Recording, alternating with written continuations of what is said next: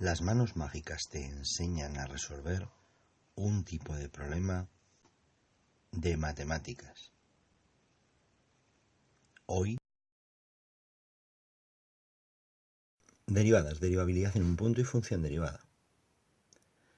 Bien, para calcular una función es derivable en un punto si se cumplen dos condiciones. Primero, la función es continua en dicho punto, y la segunda, existe el límite cuando h tiende a 0 de la siguiente expresión, límite cuando h tiende a 0 de f de x sub 0 más h menos f de x sub 0 partido por h.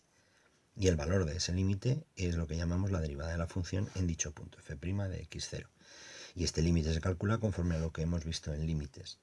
¿Vale? Cuando se pide estudiar la derivabilidad de una función, se estudian exactamente igual que la continuidad. Se estudian los extremos del borde del dominio de definición, o sea, de los bordes del dominio de definición, ¿vale? Y en funciones definidas a trozos se estudian además los puntos donde la función cambia de formato, ¿vale? Si calculásemos la derivada por este método de todas las funciones elementales que tenemos, obtendríamos una nueva función que es lo que llamamos función derivada. Y si aplicamos la definición anterior a cada elemento, pues obtendríamos esta tabla de funciones, ¿vale? Que es lo que llamamos la tabla de derivadas de las funciones elementales. Si es x elevado a n, pues es n por x elevado a n menos 1 es la derivada, la función derivada. Si es una constante es 0. Si es logaritmo neperiano de x es 1 partido por x. Si es logaritmo en cualquier otra base es 1 partido por x por el logaritmo en base a del número e. Y así sucesivamente con las diferentes funciones, ¿vale? Como veis aquí. Comportamiento de la derivada con respecto a otras operaciones que hemos conocido: suma, resta, multiplicación, división, exponenciación y composición de funciones. Bueno, pues para las siguientes operaciones la regla de derivación son las siguientes, ¿vale? La derivada de una suma de derivadas. La derivada de un producto es derivada del primer factor por el segundo sin derivar más el primer factor por la derivada del segundo. Si lo que tengo es un cociente, es derivada del numerador por el denominador menos derivada del denominador por numerador partido por el denominador al cuadrado. Y si lo que tengo es una función elevada a otra, que es lo que se llama derivación logarítmica, bueno, pues es la propia función elevada a la otra, es decir, lo mismo, pero multiplicado ahora por la derivada de la base partido por la propia base y multiplicado por el exponente más la derivada del exponente por el logaritmo neperiano de la base, ¿vale? Y la composición de funciones, la derivada de la composición de funciones es la derivada de la función más externa compuesta con la interna, esto, multiplicado por la derivada de la función más interna, ¿de acuerdo? A esta última regla se le conoce como la regla de la cadena, aunque su explicación se suele presentar con una nueva tabla de derivación para funciones complejas que veremos un poquito más adelante, ¿vale? Vamos a ver algunos ejemplos con derivadas. Por ejemplo, derivar una constante por una función, 4 por x al cuadrado, pues será 4 por la derivada de x cuadrado, que es 2x, por tanto 8x. Derivada de una suma de funciones, si tengo x cuadrado más x más 5, en el fondo este polinomio es una suma de funciones elementales, la función constante y dos funciones potenciales, ¿vale? Pues entonces derivo la primera, 2x, derivo la segunda, 1, derivo la constante, 0, y me queda 2x más 1. Si es un producto de funciones, entonces derivo e elevado a x por seno de x, la derivada de e elevado a x es e elevado a x, ella misma, esto sería f', ¿vale?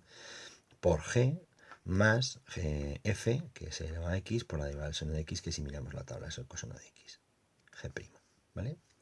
Y si derivamos un cociente, la misma de antes, pues sería f' por g menos f por g', ¿vale?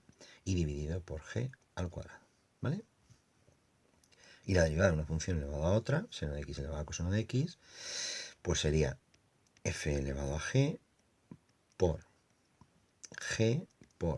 f' derivada del seno coseno partido por por f, ¿de acuerdo? Más g', que es derivada del coseno, esto está mal, es menos seno por el logaritmo neperiano del coseno de x, es decir, g' logaritmo neperiano de f, ¿vale?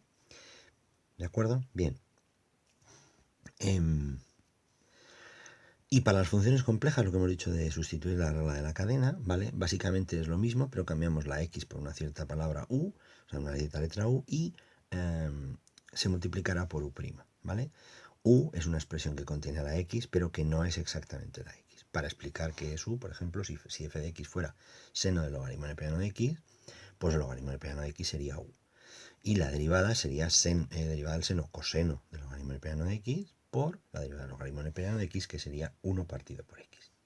Esta sería la tabla que queda, ¿vale? Si nosotros recordemos que era x elevado a n, pues entonces lo que tenemos sería n por x elevado a n menos 1, ¿no? Pues ahora lo que tenemos es n por u elevado a n menos 1 y por u'. Todas ellas terminan en u', ¿vale? Esta la veréis muchas veces como u' partido por u, que efectivamente es lo que es, porque si haces esta multiplicación da eso, ¿vale? Pero a mí me gusta escribirla de esta manera simplemente para que veamos que no necesitamos aprendernos dos tablas. Solo necesitamos a la tabla de derivadas elementales y luego sustituir la x por u y añadirle u'. Vemos aquí algunos ejemplos con funciones complejas, por ejemplo, logaritmo neperiano de 4 más seno de elevado a 4x cuadrado más 5, ¿vale? Vamos a identificar cada una de las funciones que se van componiendo y aplicando la tabla de derivadas complejas, ¿vale? Lo primero que hacemos con nuestra función, ¿qué sería? Pues calcular 4x al cuadrado, multiplicarlo por 4 y sumarle 5. Eso lo llamamos u. Seguidamente, por tanto, su derivada es 4 por 2x, es decir, 8x. Eso sería u'. Lo siguiente que hacemos con nuestra expresión es hacer e elevado a ese valor. Pues v será e elevado a u. Y v' será e elevado a u por u', es decir, e elevado a 4x cuadrado más 5 por 8x, ¿vale? Lo siguiente que hacemos, h, es calcular el seno de esa expresión que hemos visto. Pues h es seno de v. h' será la derivada del seno, que es coseno de v, por v', es decir, coseno de e elevado a 4x cuadrado más 5 por la v', que era e elevado a 4x cuadrado más 5 por 8x. Lo siguiente que hacemos es sumarle 4 a esta expresión, entonces la función g que vamos a seguir la siguiente es 4 más h, y g' será la derivada de 4, que es 0, por la derivada de h, más la derivada de h, que es h', ¿vale?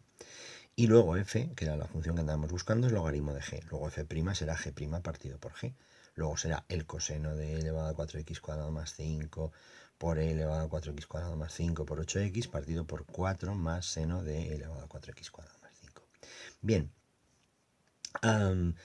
Esto os recuerdo que está en un apartado en el cual hemos explicado de cómo descomponer funciones en funciones más sencillas. En el fondo, nuestra función f, ¿vale? En el fondo es el logaritmo neperiano de x compuesto con 4 más seno de x compuesto con e elevado a x compuesto con 4x cuadrado más 5. ¿Vale? Y eso lo hemos representado con diferentes letras para ver para aplicar la tabla de derivadas complejas. Para calcular la derivada de una función en un punto, podemos hacer varias cosas. La primera, calcular el límite de la expresión derivada en un punto y calcular la función derivada y sustituir el valor de x por el del punto donde se quiere calcular. En funciones definidas por tramos se recomienda seguir el segundo procedimiento si las funciones son diferentes de polinomios por la complejidad a la que obliga calcular el límite, ¿vale? Es conveniente calcular la función derivada, por lo tanto, en cada tramo, por la derecha y por la izquierda, sustituir en los puntos donde se solapan las formas por el valor y ver si coinciden o no. Si coinciden hay derivada y si no coinciden no hay derivada. Por ejemplo, vamos a estudiar la derivabilidad de la función x cuadrado menos 1 partido por x más 1. El dominio es de menos infinito a menos 1 y de menos 1 a más infinito. Por lo tanto, el menos 1 no pertenece al dominio, por lo tanto la función no es continua y no puede ser derivable. Otro ejemplo, estudiar la derivabilidad de la función f igual a x cubo, módulo x cubo. La función módulo es una función donde tomamos el valor absoluto del resultado, es decir, es la propia función cuando la función es mayor o igual que 0 y es menos la función cuando la función es menor que 0.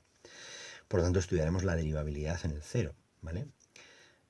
La función, si la analizo, es continua en el 0, porque 0 está en el dominio, porque f de 0 es 0 y porque el límite cuando x tiende a 0 es 0 y coincide con f de 0, ¿vale?